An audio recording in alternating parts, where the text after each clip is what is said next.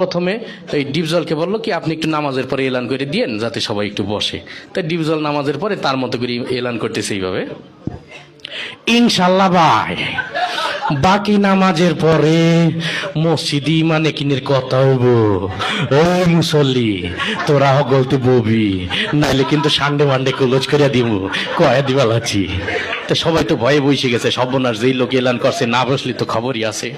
তারপরে ওই প্রথম যে ইমানের বিষয়টা, কালেমার বিষয়টা দেওয়া হলো মিশা সওদাগরকে, যে আপনি একটু কালেমার বিষয়টা আপনার মতো একটু সাজাই গুছাই বলেন। তাই মিশা সওদাগর কালেমার বিষয়টা বলতেছে এইভাবে, আমরা দু চোখে যা কিছু দেখি আর না দেখি সব আল্লাহ সৃষ্টি মাখলুক। মাখলুক কিছু করতে পারে না আল্লাহর হুকুম ছাড়া, আর আল্লাহ সব কিছু করতে পারে মাখলুক ছাড়া। তাই যাই হোক সে তার মতো করে বলে গেল।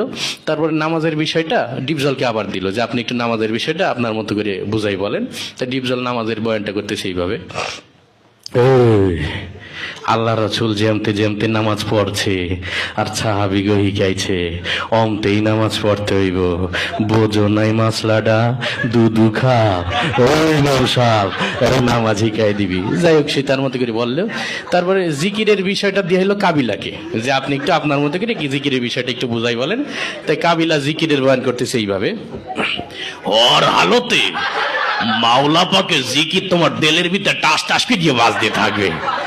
জিকির হইলে যদি তুমি কবরের ভিতরে হান্দাই পারো তাইলে তো বাইসি গেলা, আর জিকির না হইলে কবরে হান্দাইলে ফেরেশতারা তোমার 14 শিখের ভিতরে হান্দাই দেবে। যাই হোক সে তার মতো করে বলে গেল। তারপরে একরামুল মুসলিমিন, মুসলমান পরস্পর হৃদ্যতা ভালোবাসা, এটা দিয়ে হইলো নায়ক ওমর সানিকে।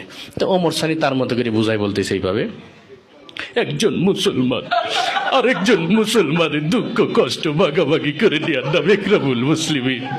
চৌধুরী সাহেব আমরা গরিব হতে পারি, আপনার মতো বদদিন নই, আমি গত মাসেও 3 তিল্লা দিয়েছি। যাই হোক সে তার মতো করে বললো। এরপরে ওই সহিনিয়ত, আমরা যা কিছু করবো একমাত্র আল্লাহকে রাজি খুশি করার জন্য করব, এটা দেওয়া হইলো নায়ক মান্নাকে। মরহুম মান্না এসে তার বয়ানটা করতেছে এইভাবে, আমরা যা কিছু করব পৃথিবীর কোনো মানুষকে খুশি করার জন্য করব না,